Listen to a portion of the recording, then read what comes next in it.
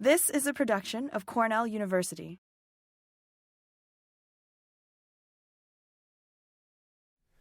Okay, thank you for the introduction. So today I'm pretty much going to be talking about the work I've been doing, soil chemistry related work. Unfortunately, I wasn't able to give a fly fishing related presentation.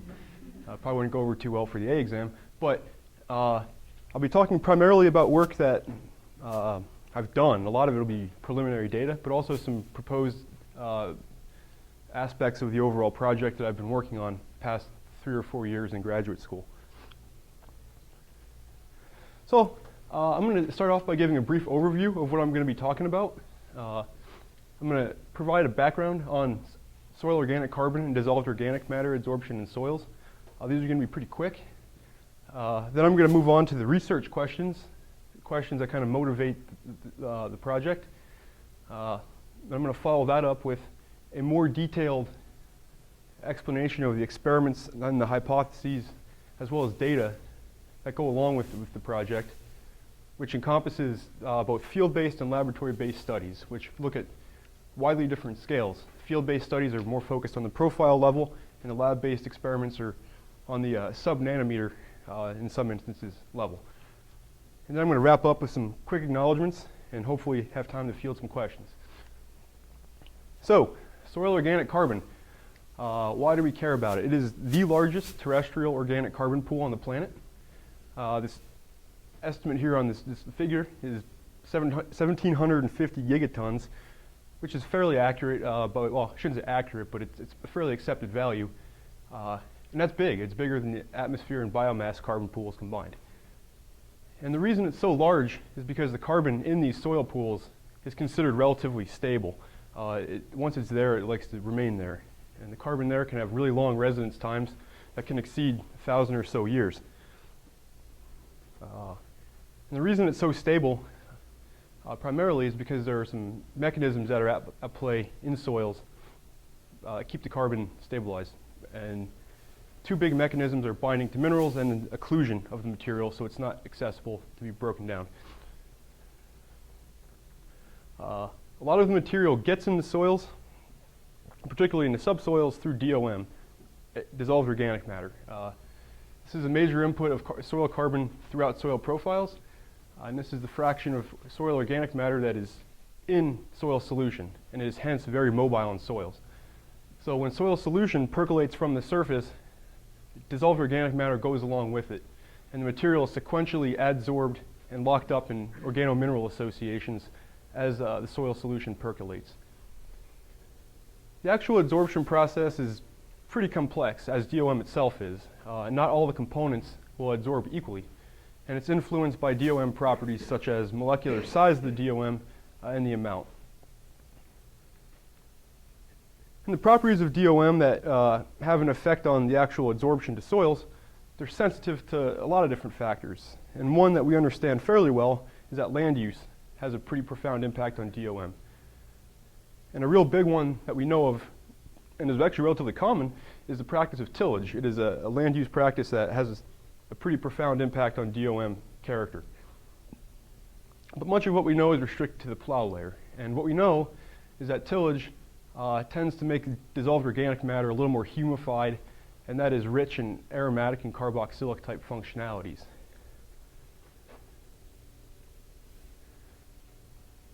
So the molecular structure and character of DOM, how it actually translates to DOM adsorption is not entirely known for a fact, but there is a model that has been presented in the literature about 7 years ago by Marcus Kleber and Associates, investigating the way organic matter tends to adsorb and assemble at mineral surfaces. And it's based on some observations that there's a really strong adsorption of proteins and other high molecular weight amphiphilic molecules.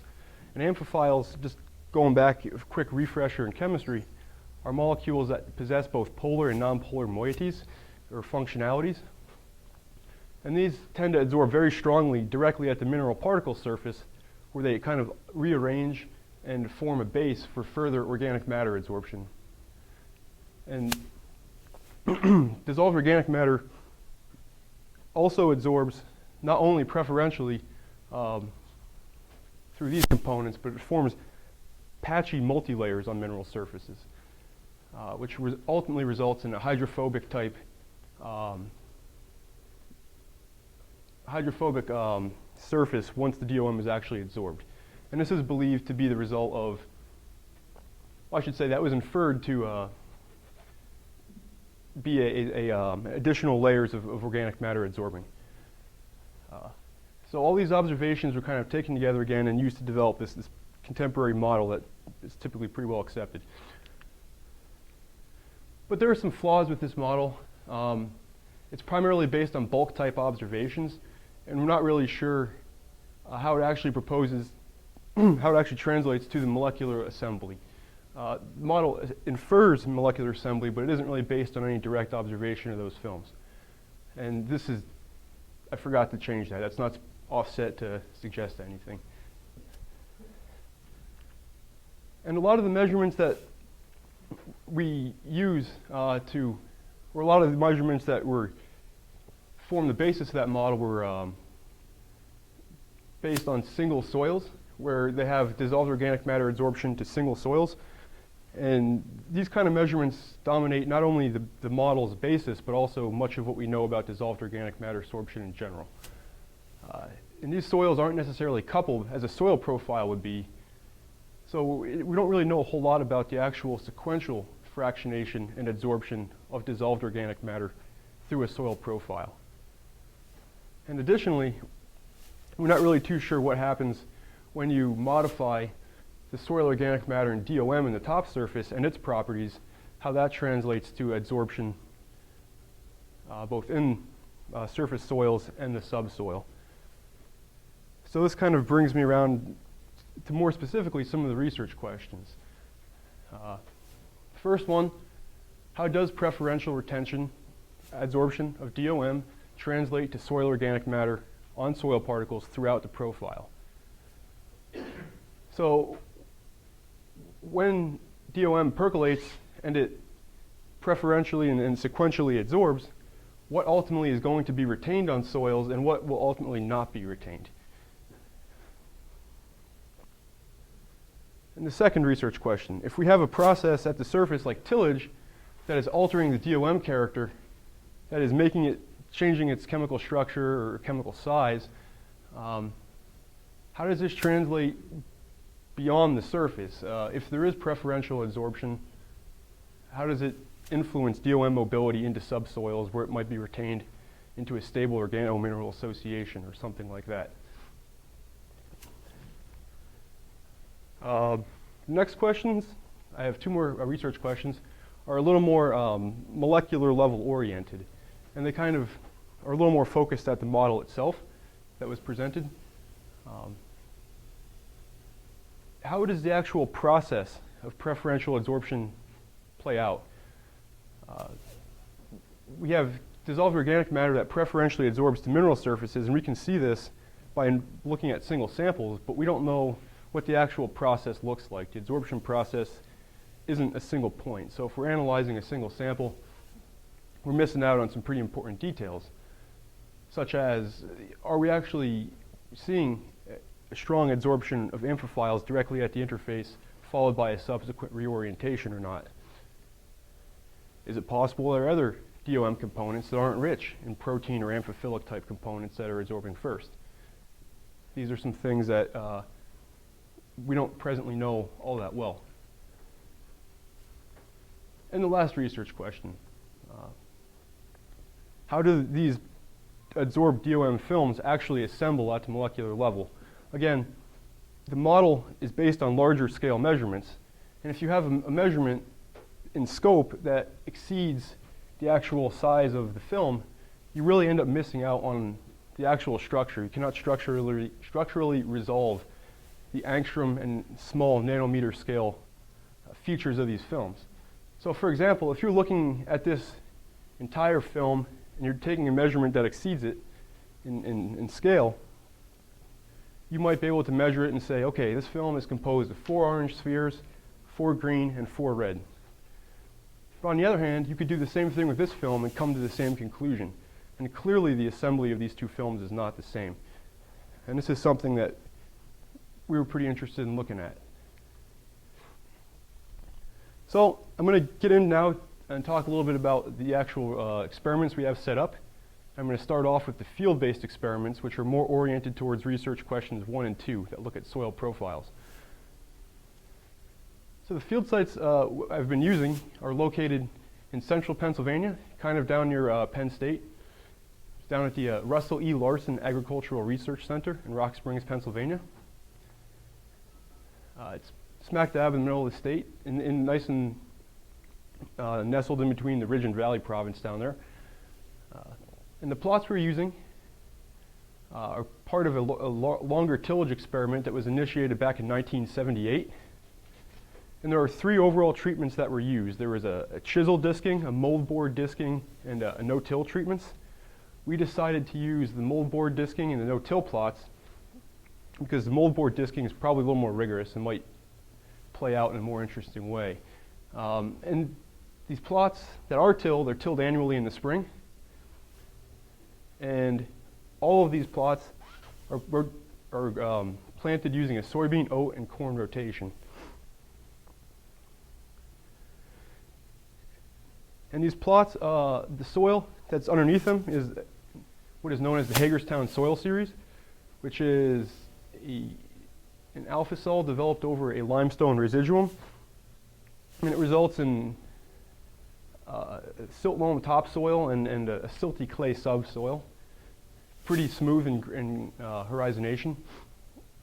And the mineralogy of these soils is dominated by iron oxides and illite primarily. And it's not quite so easy to make out here, but the cores on the left represent a tilled plot, and the ones on the right represent a no-till plot.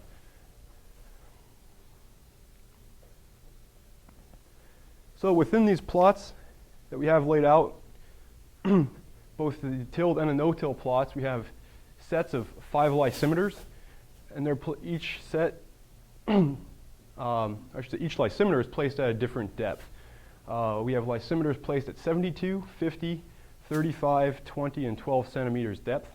And this was controlled primarily by the actual, if we were to go too much deeper, we'd start hitting bedrock, in some places at least. So we had to be limited there. So with these lysimeters, we're going to collect the soil solution, and we're going to analyze it in a few different ways. We're going to determine the amount of carbon and nitrogen in solution. We're going to look at the dissolved organic matter. This is the organic matter that has not preferentially associated to soils. It remains in the dissolved organic matter fraction. And we're going to look at the relative molecular composition using a technique known as FTIR. It's used to speciate molecular functional groups, such as aromatic or amide type groups. And we're also going to use a technique known as HPSEC, or high performance size exclusion chromatography, to look at the relative molecular size of the DOM that is not associated, as this too is a factor in preferential adsorption of dissolved organic matter to soils. So we're also going to collect and analyze the material that is actually on the soils. And we're going to collect them from the same depths that the lysimeters were at. And we're going to, with the cores, we fractioned them out into 5 different sections. And we analyzed them thus far for organic carbon and nitrogen.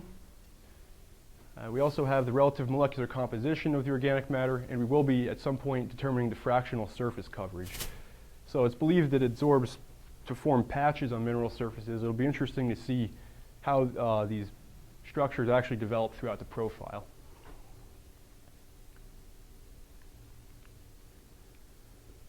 So for question 1, where we're more focused on just in general, how does this partitioning play out throughout the soil profile? I think some general trends are going to be observed. First and foremost, I think the material that is on the soils, which is organic matter that has over the years preferentially associated with the soils, is going to be heavily enriched in amide type groups, aromatic type groups, and carboxylic type groups. And this is going to be throughout the profile. There's ample evidence both from laboratory and field-based experiments in the literature that suggests these groups absorb very strongly to soils. So I believe these are going to be prevalent throughout. Near the surface, I think it's possible we might actually be able to detect some aliphatic and carbohydrate type carbon. But that's only going to be present near the surface where we have thicker films and perhaps multi-layer type associations that will be observed. In the dissolved organic matter, the material that will not be selectively associating with the soils, I believe is going to be primarily enriched in carboxylic type groups, and we might see a little bit of aliphatic type contribution, representative of smaller acids. So for question 2, and this was the question again that was focused on looking at the difference between tillage and no-till, basically investigating the impact of tillage on the preferential association process throughout the profile. We're going to be doing a comparison, a relative comparison between the till and the no-till soils. And again, I think in general, these soils are going to follow the trends mentioned on a previous page, but between the two, I think there will be some differences that will be observed. For example, I think the no-till soil will have a relatively higher aliphatic and carbohydrate type content, as the material won't be as humified or as broken down in the surface soil at the very least. And throughout the profile, I think especially once we get into the subsoils, we're going to go back to seeing a real rich presence of aromatic, carboxylic, and amide type functionalities. As for the dissolved organic matter in these soils, I think the primary functional groups that are going to be present, again, are going to be carboxylic type groups. But the no-till soil, I believe, is going to have somewhat of an enrichment of aliphatic type structures relative to the tilled soil, which again is going to be more humified, more broken down, more enriched in more recalcitrant type functional groups.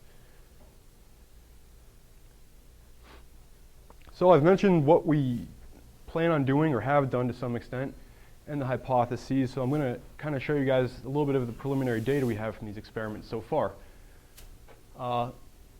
The organic carbon content of the tilled soil, and this is just one of the tilled soils that is from the cetylysimeters that was in the middle of the moldboard till plot. There's no real surprises with the organic carbon content. Within the plow layer, we have a pretty uniform distribution, and below that point it drops off. On the right, we have a carbon-zane spectrum, which kind of provides some insight as to the actual character of the organic matter that is associated with the soils. And it's kind of interesting in this case because you look within the plow layer where your organic carbon contents are pretty much the same. You do see some differences in the spectra, like there's this little broad shoulder here. But throughout the profile, and generally speaking, what you observe is a relative decrease of amide and carboxylic type carbon with depth relative to aromatic carbon, which is seen to increase with depth. And this is pretty interesting. And a similar type trend is observed with the no-till soils, at least with respect to the distribution of the functionalities. It doesn't seem to be quite as pronounced as it is in the tilled plots, but you do see with depth the relative intensity of these amide and carboxylate type peaks here with respect to these aromatic type groups does change with depth. And the organic carbon content is, again, probably not much of a surprise to anybody here. It's a lot higher at the surface. And then it also undergoes a kind of gradual decrease. But you can tell there's no real homogenization there of the topsoil. So I quickly showed you guys some of what we know about the material that's actually on the soils, the organic matter that is associated with the soils. I also took a little bit of DOM from the lysimeters and characterized it with FTIR. And these spectra are pretty interesting. One thing I kind of want to get out of the way first is that this peak here, at first I'm like, oh, it's great. You know, I didn't think I was going to find much organic material in this solution. I saw that peak and that was fantastic. But then I noticed it looked shockingly similar to a nitrate standard I had prepared as well. So, and that's nitrate is obviously not DOM, so that's kind of presented a bit of an issue. And I went and actually checked the concentrations, and there's a fair amount of nitrate in these soils. But the good news is I also took a UV vis spectrum of these soils, which is kind of used as a broad, is DOM there, is it not there kind of analysis. And it is there. It has these characteristic shoulders and little like foot slopes there that are indicative of DOM. So in addition to those pretty stark nitrate peaks, we can discern a couple other features. Primarily the presence of carboxylate functionalities, both the symmetric and asymmetric groups, as well as some presence of CO and CC stretches, which you'll find in aliphatic or carbohydrate type functionalities.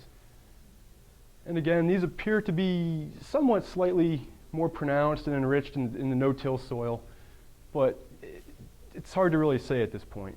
This is just from one set of data. So the conclusions from the field experiments thus far. SOM character, it is not evenly distributed throughout the profile. And this is again material that was preferentially retained. And we're starting to kind of get an idea of what's going on below the plow layer in tilled systems. And I'm not talking about just the concentration of the carbon, but we're starting to get a molecular viewpoint of what the actual organic matter on the soils looks like. Not necessarily the assembly of the structure at this point, but in general what it looks like. And that's a step forward. And there's still a lot of work yet to be done. We need to go out and determine the organic matter coverage of these soils. Spend a little more time with those Zane spectra that I showed of the organic matter characterization on the soil. Maybe try to make a little more sense of them. It's also pretty critical at this point to actually continue collecting and analyzing soil solution, and to do it seasonally, because this is a pretty dynamic fraction, and it's going to be important to make sure if we see any differences or anything interesting, it's not simply the result of a seasonal transition. And it would also be nice to finally get around to characterizing the size of the organic matter in the DOM now that we know it's actually there. Okay, so that was the field part of my research and the general project. Now I'm going to talk a little bit about the laboratory experiments we've been running. So we've used and are going to continue to use a series of spectroscopic type experiments that will allow us to actually directly probe the interaction of dissolved organic matter as well as model organic matter with soil minerals on a really small scale. And two techniques in general are going to be used here. One of which is known as attenuated total reflectance Fourier transform infrared spectroscopy. For the sake of brevity, I'm going to call it ATR-FTIR from here on out, as well as X-ray photoelectron spectroscopy, or XPS. And this will allow us to get in there and really resolve some fine-scale structures. And, you know, something on the order of a couple angstroms to a nanometer or two is very much in play here, and this is what's exciting about this. So I mentioned we're going to be using some DOM models, and these are going to be useful because they allow for a better mechanistic understanding of what's actually happening. It's not as complex as DOM. So it's a little easier to discern what's happening when you use model type compounds that you can fully characterize and understand. So we elected to use bovine serum albumin and DNA. These are both biopolymers, and they're found not necessarily themselves in soil. Like, for example, you're not going to find BSA in soil, but you will find globular proteins in soil, and the general structure of BSA and all proteins is pretty similar. You have a backbone composed of amino acid groups that are polymerized, and you will get some changes in side chain structure as well. But these orient themselves in secondary and tertiary type arrangements to give what you see there. And this is a good model because there are globular proteins in soil solution, and BSA itself is very well characterized, so we already know a lot about it. DNA is found in soil solution. It's exuded by soil organisms and is therefore readily available to react with soil minerals as a part of the DOM fraction. And it, like BSA, is a biopolymer.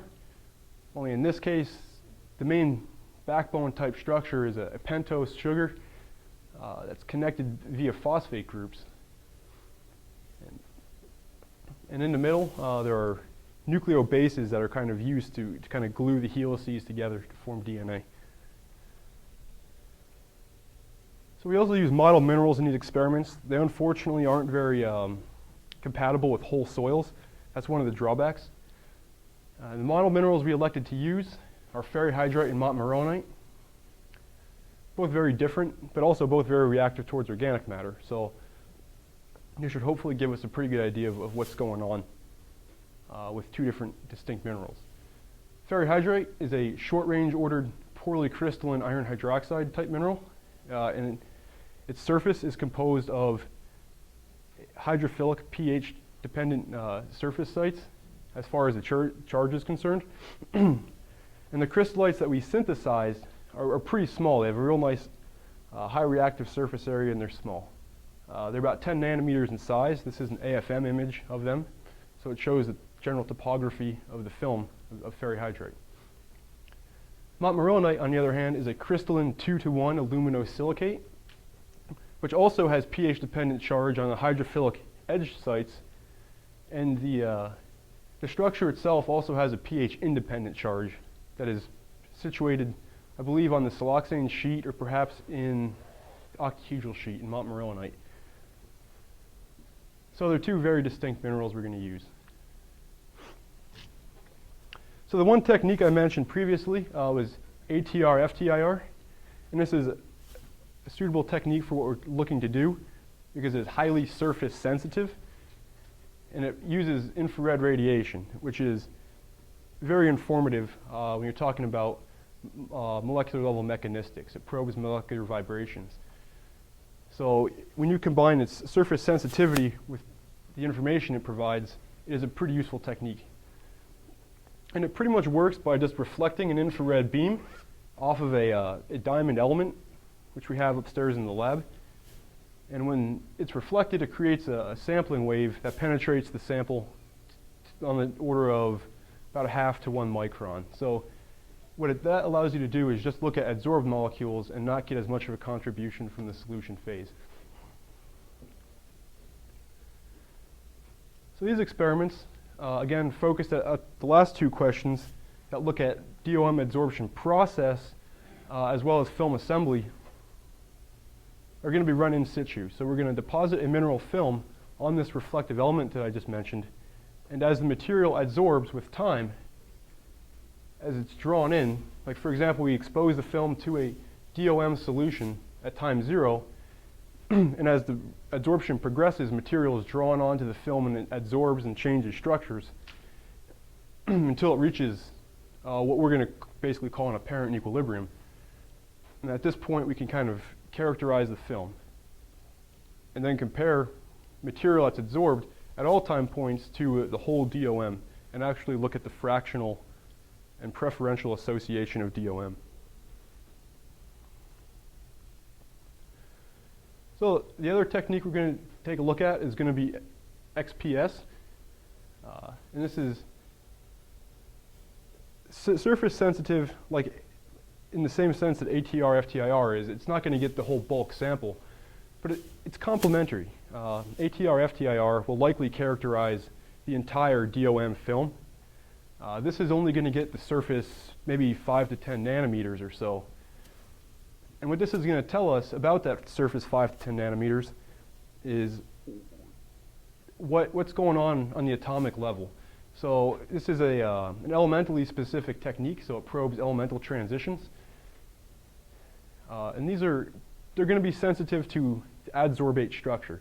So if something adsorbs to, let's say, this model mineral film, we should be able to detect the structures as the reaction progresses. And in addition to giving adsorbate structure, it can also be used to look at the actual thickness of the XPS films, the DOM films, as well as the fractional surface coverage. So these experiments are going to look like this. We're going to expose a model mineral film, be it ferrihydrite or montmorillonite, to a DOM solution. And We're going to take samples at a fixed set of time points we have to work out yet and analyze them with XPS. And what this is going to do is let us look at the surface-most layer only at each time point. And this will be very handy, especially when coupled with ATR. It'll let us know not only the bulk type structures, but also what the top of the film looks like, which will be useful in resolving assembly. So here's my hypotheses about what we're going to see here. For question 3, how do I think the actual preferential adsorption throughout the whole process is going to occur? I think that early on in the adsorption process, with the models, we're going to see approximate amounts of DNA and BSA being adsorbed to the minerals. I think once adsorption is finally complete, though, BSA will ultimately be preferred. And I'll go into this a little bit more in the next slide. With the dissolved organic matter, the real more complex solution, I think we can kind of, at least I've pretty much assumed that initially we're going to have a real rich presence of aromatic and carboxylic type DOM. And once the adsorption process is actually complete, this is still going to be the dominant feature, but it will also be complemented by some aliphatic or carbohydrate type DOM. So what do I think the assembly is actually going to look like? I think that BSA, both on ferrihydrite and montmorillonite, is going to form pretty uniform multi-layers, as it's been pretty well documented in literature that BSA will do this.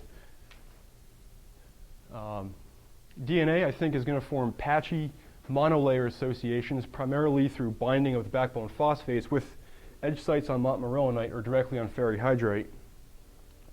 And when both are present, I think we're going to have patchy type associations of varying thickness. We're pretty much where BSA adsorbs first, I think you're going to continue to see a buildup of BSA as the adsorption progresses. But where DNA adsorbs first, I think that's going to be it. I think the remaining negative charge on the DNA will cancel out further adsorption. And for DOM, I think there is going to be a uniform multi-layered distribution on both soil minerals with a base formed up of aromatic and carboxylic rich DOM that aliphatic and carbohydrate type organic matter will then adsorb onto once the film is complete, I should say. So now I'm going to quickly get into some preliminary results here from the laboratory-based experiments. This is BSA again, the globular protein. When we exposed this to a ferrihydrite film, we saw some pretty interesting things. So BSA by itself in solution is this black curve here. And you can see it's got the amide 1, 2, and 3 bands in the spectrum. And these are basically in reference to BSA structures, pre-elementary structures on the BSA. But upon adsorption, which is this red curve you see here, after 5 hours, it had pretty much reached equilibrium by then. You see some side chain vibrations pop up. But we're definitely most interested in the amide 1 band, as this represents some pretty key structural vibrations, and this is typically used to look at protein conformational change. So when we take a closer look at the amide 1 band, we see some pretty interesting features. The band itself is composed of 3 different components, one of which is assigned to beta sheets, which is a type of secondary structure. One is composed of, or contributed to by beta sheets and turns, and alpha helices and random structures. So these are all secondary type structures. And we can see that in solution, we have this distribution, and once the BSA adsorbs, we end up with a different distribution. We saw some pretty substantial changes throughout the adsorption process, and this suggests that there is some conformational change of the protein. And the conclusion from the infrared data that you see up here was pretty much reinforced by the XPS data. The black curve you see on the bottom is BSA, the standard we were using, and the red curve represents the BSA that is adsorbed onto Fe oxide.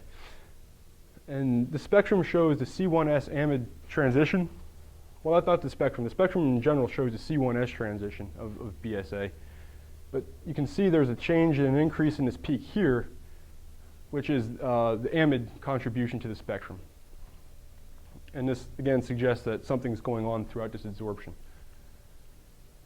DNA, on the other hand, there are no amide bands. So what we look at structurally, it's typically considered, well, what we typically look at when you look at DNA structure, especially talking about adsorption, is you look at the backbone phosphates to see if they play a role. And in this case, it looks like they do. Again, the aqueous phase spectrum of DNA, and this is FTIR, so it's looking at vibrations, is in black. And once it is adsorbed onto iron oxide for about 5 hours or so, you see the spectrum that popped out in red.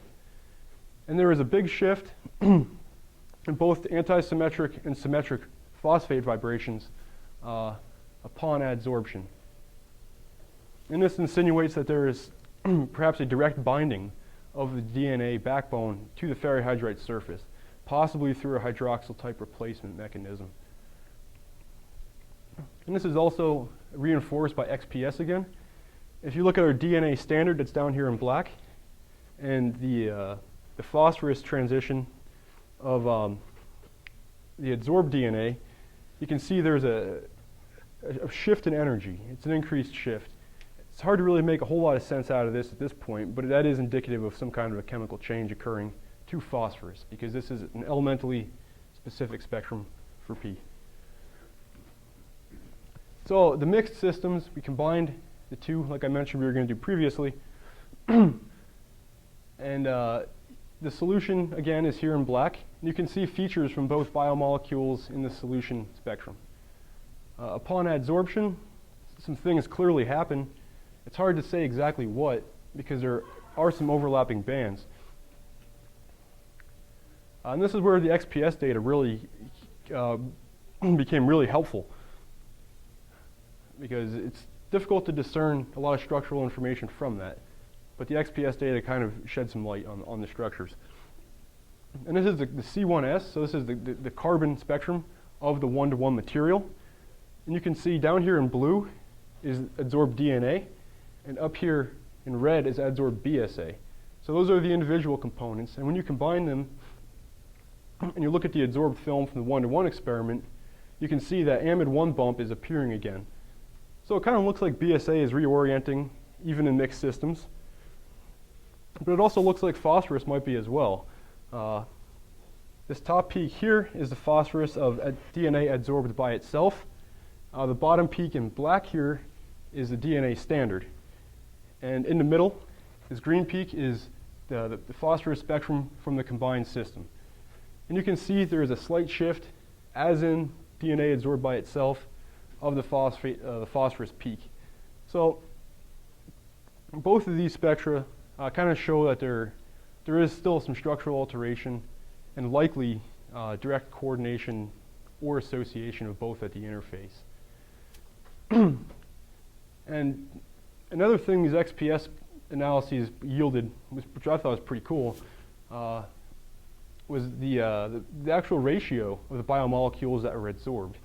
Using the P signal, we can see how much it was diluted in the one-to-one, where they were both biomolecules.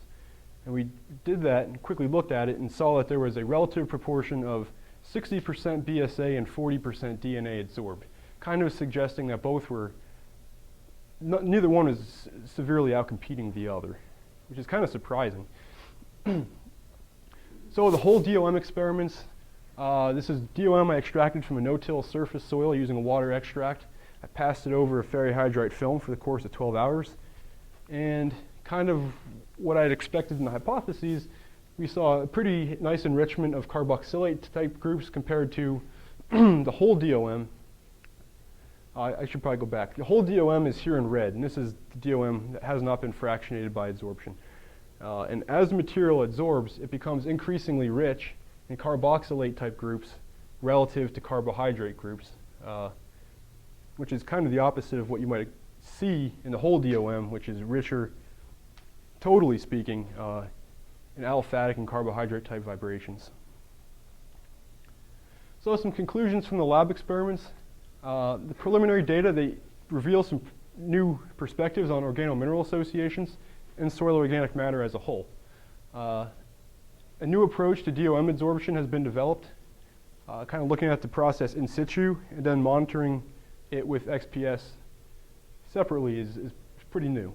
And I think it's going to yield some good results in the end. And the mixed systems, they show only a small preference for amphiphiles, which is in pretty direct contrast to what you might find in the literature. And in particular, the foundation of this Kleber model that I mentioned earlier.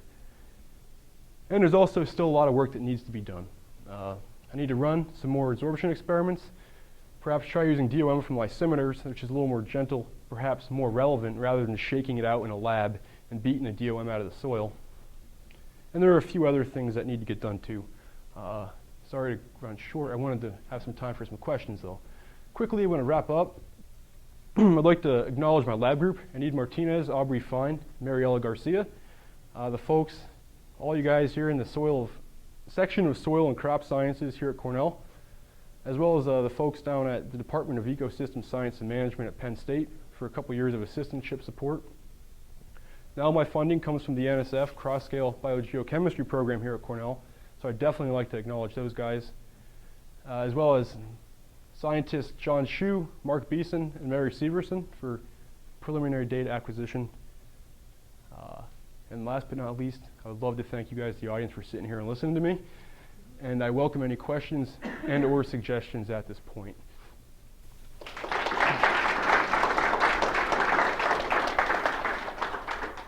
This has been a production of Cornell University, on the web at cornell.edu.